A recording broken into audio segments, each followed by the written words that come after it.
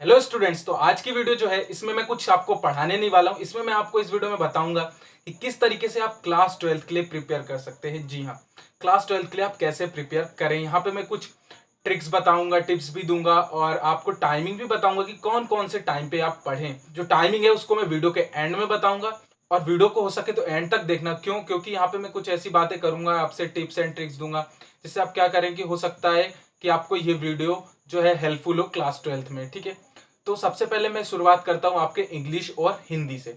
ठीक है, तो इंग्लिश और हिंदी ऐसे दो सब्जेक्ट हैं जिनमें क्या होता है कि आप लोग उसकी प्रिपरेशन नहीं करते। क्यों नहीं करते? क्योंकि आपको लगता है कि इंग्लिश और हिंदी है तो वो इजी होगा, तो इसके कारण क्या होगा कि हमारे मार्क्स उसको हम बाद में पढ़ लेंगे, उसमें मार्क्स गेन कर लेंगे। ठीक है, लेकिन मैंने बहुत सारे स्टूडेंट्स को देखा जो कि पढ़ने में बहुत अच्छे होते हैं। उनका फिजिक्स, केमिस्ट्री, मैथ्स, बेसिकली मैं साइंस स्ट्रीम से, इसलिए मैं फिजिक्स, केमिस्ट्री, मैथ्स की बात करूंगा। तो फिजिक्स, केमिस्ट्री, मैथ्स में क्या होता है कि ऐसा लगता है स्टूडेंट्स को कि हम इन तीनों सब्जेक्ट में अच्छे स्कोर करेंगे तो हमारा परसेंटेज अच्छा जाएगा। ये मेरा खुद का भी एक एक्सपीरियंस है।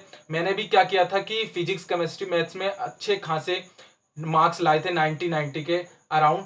बट क्या हुआ कि मेरे मार्क्स जो है हिंदी और इंग्लिश में कम आए, जिसके वजह से मेरे परसेंटेज डाउन हो गए। तो यही चीज मैं आप लोगों से शेयर करना चाहता हूं कि आप क्या कीजिए कि सबसे पहले आप फिजिक्स, केमिस्ट्री, मैथ को प्रिपेयर कीजिए। उसके बाद मैं इंग्लिश और हिंदी को पढ़ने का सही टाइम बताऊं तो होता है जनवरी और फरवरी। जी हाँ, 2 महीने सफिशियंट होते हैं इंग्लिश और हिंदी को प्रिपेयर करने के लिए। तो मैं यही टाइमिंग बताऊंगा कि आप जनवरी और फरवरी में प्रिपेयर करें। अब क्वेश्चन ये आता है कि इसको कैसे प्रिपेयर करें। ठीक है, तो जनवरी और फरवरी में क्या होता है कि आपके पास जब एग्जाम नियरली होते हैं तो आप क्या कीजिए कि इंग्लिश और हिंदी के चैप्टर्स को रीड कीजिए, उसकी समरी बनाइए। ठीक है, आप उस चैप्टर को समझ लीजिए किसी से भी, अपने टीचर से, अपने रिलेटिव से, अपने बड़े भाई से, जो भी आपके हों, तो उनसे आप समझ लीजिए और समरी बना के उसको रख लीजिए। क्योंकि अगर आपका कोई चैप्टर है 6 to 7 पेजेस का, तो वो समरी में 1 and 1.5 पेजेस का हो जाएगा। ठीक है, अब उसको आपने जो समरी बना ली, अगर उसको आप एग्जाम के 2 या 3 डेज के हॉलीडे हो तो आप मिलते हैं सारे एग्जाम्स में, तो वहां पे उस समरी को पढ़ के आप एग्जाम अच्छे से दे सकते हैं। और वो सिर्फ चैप्टर की बात कर रहा था मैं, लेसन्स की। लेकिन अगर आप ग्रामर पोर्शन करना हो, लेटर, ऐसे, तो इन सब चीजों के लिए आप क्या कीजिए कि इनमें आपके ज्यादा मार्क्स जो हैं वो कट जाते हैं आपके। ठीक है, ज्यादातर ग्रामर पोर्शन में। तो इसके लिए क्या कीजिए कि आप अभी से प्रिपरेशन कीजिए। डेली 30 मिनट्स, मैं नहीं कहता कि आप 1 घंटे 2 घंटे, डेली 30 मिनट्स, 20 मिनट्स डालिए और उसको आप खुद से कोई क्वेश्चन लेके और उसमें लिखिए। फिर उसको आप क्या कीजिए कि चेकआउट कीजिए, या फिर अपने बड़े भाई, सिस्टर, कोई टीचर हो उनसे आप चेक करवाइए तो आपने क्या सही लिखा है, क्या नहीं लिखा है। ठीक है, तो इससे पता चल जाएगा आपको कि किस तरीके से हमारा जो है जा रहा है, क्योंकि लैंग्वेज प्रॉब्लम ज्यादा होती है। ठीक है, ग्रामर पोर्शन में। और हिंदी में भी यही कीजिए कि आप लिख लिख के देखिए और उसको चेक करवाइए किसी से। ठीक है, तो इस तरीके से आप इंग्लिश और हिंदी को कंप्लीट कर सकते हैं। अब इसके बाद मैं सबसे पहले आता हूं आपके मैथमेटिक्स पे, जी, जो आप लोगों को ज्यादा टफ लगता है। ठीक है, तो एक चीज मैं आपको बताऊं कि जो सब्जेक्ट आपको सबसे ज्यादा टफ लगता है, एंड में जब आपका रिजल्ट आता है तो सबसे ज्यादा मार्क्स आपके उसी सब्जेक्ट में आते हैं। तो ये बहुत बड़ा फैक्ट है, ये मेरे साथ भी हो। मुझे मैथ्स बहुत टफ लगता था, बट मेरे सबसे ज्यादा मार्क्स मैथ्स में ही आए थे। ठीक है, इसके बाद मैं आपको बताऊं तो मैथ्स को कैसे प्रिपेयर किया जाए। तो सबसे पहले मैथ्स को प्रिपेयर करने के लिए आप इंटीग्रल्स को देखिए। जो हमारा इंटीग्रल चैप्टर है वो थोड़ा सा लार्ज है और टफ है। ठीक है, तो सबसे पहले आप इंटीग्रल से शुरू कीजिए। प्रोबेबिलिटी, इंटीग्रल, 3D और डिटर्मिनेंट, ये कुछ चैप्टर जो है थोड़े से टफ है और इसको थोड़े टाइम में क्या होता है कि अपन उसको अपने दिमाग से स्किप हो जाता है। तो उस चीज को बने रखने के लिए आप क्या कीजिए कि डेली, जैसे आज है तो आपने कोई चैप्टर उठाया। ठीक है, जैसे मैं कहूं डिटर्मिनेंट उठाया, तो डिटर्मिनेंट में आप डेली एक एक्सरसाइज को सॉल्व कीजिए। तो नियरली 5 to 6 डेज में आपका एक चैप्टर कंप्लीट हो जाएगा। ठीक है, जब आपका एक चैप्टर कंप्लीट हुआ, उसके बाद आप क्या कीजिए कि चैप्टर कंप्लीट होने के बाद उसके अगले दिन पूरे चैप्टर का रिवीजन कीजिए। ठीक है, फिर आप नेक्स्ट दूसरा चैप्टर उठाइए, तो दूसरे चैप्टर के साथ भी एक पूरी एक्सरसाइज जितने दिन में खत्म हो, ठीक है, डेली एक, तो उसके अगले दिन पूरे चैप्टर का रिवीजन कीजिए। तो इस तरीके से आप क्या कर सकते हैं कि जो टफ चैप्टर है उसको आप इजीली कर सकते हैं। और उन टफ चैप्टर का आप क्या कीजिए कि जैसे आपने एक बार कंप्लीट कर लिया, तो हर एवरी 20 डेज, 25 डेज में उनका एक एक बार आप रिवीजन जरूर करें।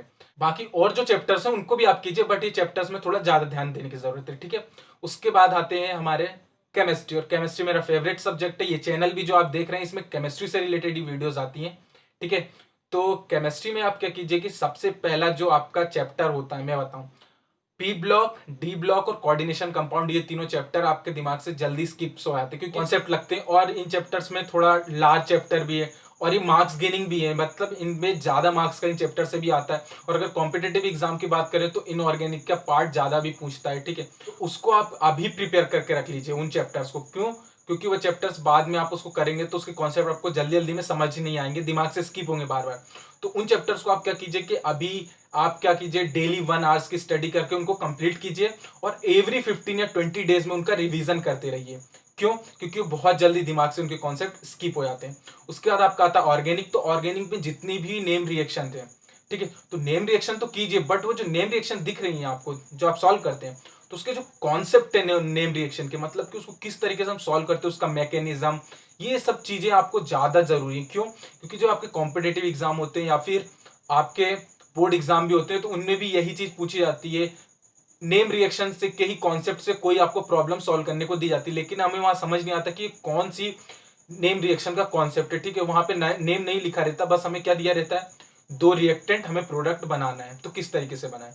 तो यही कुछ चीजें मैं आपको बताना चाहता था। इसके बाद में अगर फिजिक्स में आऊं, तो फिजिक्स जो है आपकी, आप किस तरीके से कंप्लीट कर सकते हो। तो फिजिक्स के जो कॉन्सेप्ट आपकी एनसीईआरटी में, केमिस्ट्री के लिए भी एनसीईआरटी की बुक रेफर करूंगा और आपके फिजिक्स के लिए भी एनसीईआरटी की बुक रेफर करूंगा। क्यों? क्योंकि आप अगर इन दोनों को ही कंप्लीट करेंगे तो बोर्ड में अच्छे मार्क्स ला सकते हैं और उसके कॉन्सेप्ट से आप इवन यहां तक कि आप कॉम्पिटेटिव एग्जाम के प्रॉब्लम्स को सॉल्व कर सकते हैं। खासकर फिजिक्स में जो उसके इंटेक्स क्वेश्चन है, जो इसके एक्सरसाइज क्वेश्चन है, और उसमें कुछ थिंग्स टू रिमेंबर या फिर उसमें कुछ दिए रहते कॉन्सेप्ट दिए, तो उन कॉन्सेप्ट को अगर आप समझेंगे, क्यों, फिजिक्स आपको अगर कॉन्सेप्ट समझ में आ गया तो आप कोई सी भी प्रॉब्लम को सॉल्व कर सकते हैं, ठीक है। तो इसी तरीके से मैंने आपको बताया कि सारे सब्जेक्ट को किस तरीके से आप कवर अप कीजिए, ठीक है। और अब मैं आपको बताता हूं कि टाइमिंग मेरे हिसाब से, मेरे एक्सपीरियंस के अकॉर्डिंग मैं क्या करता था कि जब मैं 12th में था, तो मैं जब शाम को 6 बजते थे तो मैं शाम को 6 बजे क्या करता था, सो जाता था, ठीक है। और शाम को 6 बजे सोने के बाद क्या करता था कि आराम से उठता था 9 o'clock 10 o'clock, ठीक है। उसके बाद मैं अपनी स्टडी कंटिन्यू करता था। और ऐसा नहीं है, सभी सब्जेक्ट्स को पढ़ता था, किसी भी सब्जेक्ट को प्रायोरिटी नहीं देनी चाहिए कि हाँ ये सब्जेक्ट को अपन को ज्यादा पढ़ना है, ठीक है। तो क्या करना है कि डेली 1 प्रॉब्लम 2 प्रॉब्लम, मैंने ऐसे ही स्टडी की, मैंने ज्यादा बर्डन नहीं लिया। डेली में 2 प्रॉब्लम्स 3 प्रॉब्लम्स को सॉल्व करता था। ऐसे ही कर करके मैं हर सब्जेक्ट की, और मुझे 12th एग्जाम आते आते मुझे कोई भी बर्डन नहीं लगा कि मुझे ये सब्जेक्ट कंप्लीट करना है, ठीक है। और मैं बस मैं एग्जाम के टाइम में मैंने रिवीजन किया। तो ये मेरा कुछ एक्सपीरियंस था, मैंने जो आपको बताया। आई होप आपको ये वीडियो अच्छा लगा होगा। वीडियो को लाइक कीजिए, चैनल को सब्सक्राइब कर लीजिए, और इसी तरीके की केमिस्ट्री से रिलेटेड वीडियोस जो हमारे चैनल पे आती है उससे जुड़े रहने के लिए बेल आइकन को भी दबा दीजिए, ताकि आपके पास डेली उसकी नोटिफिकेशन आती जाए। तो यहीं पे खत्म करते हैं हम इस वीडियो को। Make easy, learn easy.